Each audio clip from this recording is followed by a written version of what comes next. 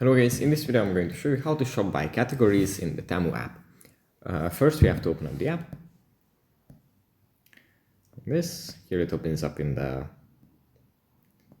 home menu where we have some suggestions, and from here we just go into categories, and here on the left side of the screen we can scroll down and select a category from these. So for example, if we are looking for men's shoes, we can tap on men's shoes, and then these are subcategories from which we can select men's work and safety shoes, for example, slippers, semi-formal shoes, skate shoes as well.